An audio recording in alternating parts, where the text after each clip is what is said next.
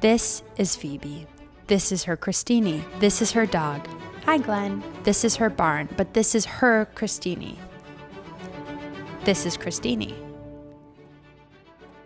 But this is Phoebe's Crostini. Yes, Crostini is basically bread and cheese, but Phoebe's bread comes from here. Her cheese comes from here. Honey from here, and grapes from here. This humble dish of bread and cheese is more than a canapé. It represents Phoebe's approach to cooking, and that's her secret. If you start with the best ingredients, how bad could it be? Enter Dirt Road Farm. Not only home to her and her husband Mike, but a registered farm where she keeps bees, raises chickens, farms maple syrup, grows grapes, edible flowers, rare beans, rosemary, sage, tomatoes, lettuce, figs, kale, carrots, cucumbers. Jeez. The farm doesn't stop with the seasons. Phoebe pickles, cans, freezes because I do believe that preserving the season or saving the season is really important and really worthwhile. The year is 1994. Phoebe is living in New York City, working in publishing and raising 2 kids. And then she discovers this.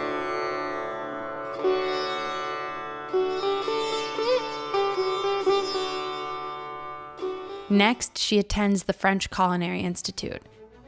But I never became known for my cooking or for my farming until much later in life. And at the age of 46, Phoebe is a professional chef. You know, if it's something you're interested in, it can still happen. I'm living proof. Okay, now back to the food. You maybe don't want to buy a million chili peppers, but it's worth it if you want to make fermented hot sauce, which I made for the first time last year, heaven. Or if you just lay out a bunch of chili peppers like cayenne or red jalapenos, they will dry, then you can put them in a jar and you can use them all year round. And you don't need very much of a chili pepper to add to a dish and make a big difference. And I love to do that.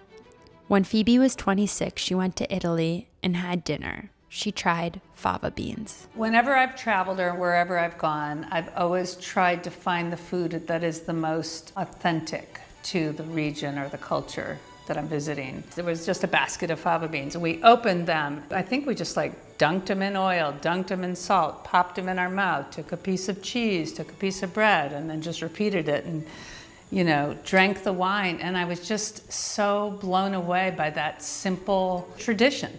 So everyone in that part of Italy was doing the same thing with fava beans. It's what you did when fava beans were in season. She realized food is an experience. It's not only about how it tastes, but how it looks and where it's from and who you eat it with. And that's why she opened her doors to create these special experiences in her backyard. She not only creates a stellar menu, but the environment has become equally as important.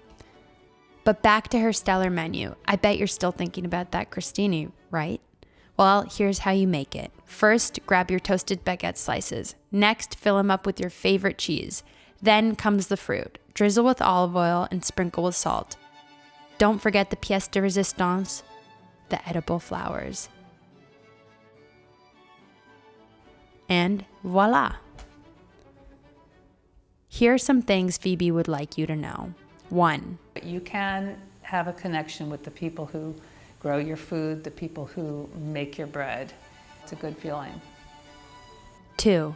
Keep it simple and also make decisions at the last minute about something you want to do. Trust your own judgment. 3.